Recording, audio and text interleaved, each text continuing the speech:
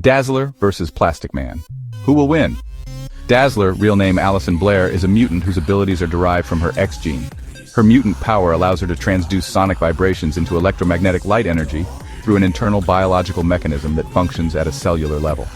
She can absorb sound at frequencies ranging from infrasonic to ultrasonic, with demonstrated absorption rates exceeding 100 decibels per second.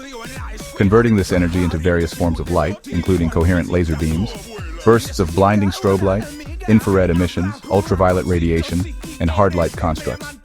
According to Dazzler issues 1 to 42 and Uncanny X-Men issue 130, her laser output is powerful enough to bore through reinforced steel and collapse solid concrete. Her strobe emissions operate at flash frequencies high enough to induce temporary blindness, vertigo, and disorientation, even in individuals with enhanced senses. She has also demonstrated the ability to form photonic shields that can deflect projectiles and absorb kinetic force. Her constructs possess tangible integrity used as platforms, cages, and force fields. Though Dazzler's peak output is dependent on the quantity and intensity of surrounding sound, and in the absence of external sound, she relies on limited internal energy reserves which diminish quickly during sustained usage, rendering her maximum output finite unless continuously replenished by ambient noise. Plastic Man, real name Patrick O'Brien, is a metahuman altered at the cellular level by exposure to a unique chemical mutagen that fundamentally restructured his biological tissue, granting him a body composed of hyper-elastic morphogenic matter with a molecular structure that allows infinite plasticity, enabling him to elongate limbs across hundreds of meters, compress into flat or compact forms without structural damage, and shapeshift into complex geometric shapes and functional machinery, such as parachutes, functioning weapons, vault keys, and even mechanical systems.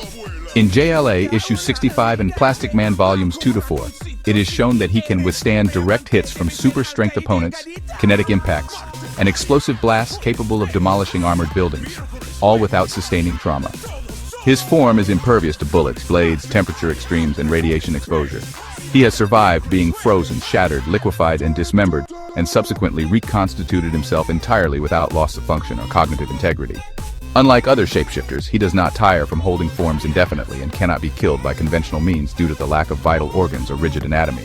Additionally, his unique neuroplastic physiology renders him immune to telepathy, possession, and neurological disruption.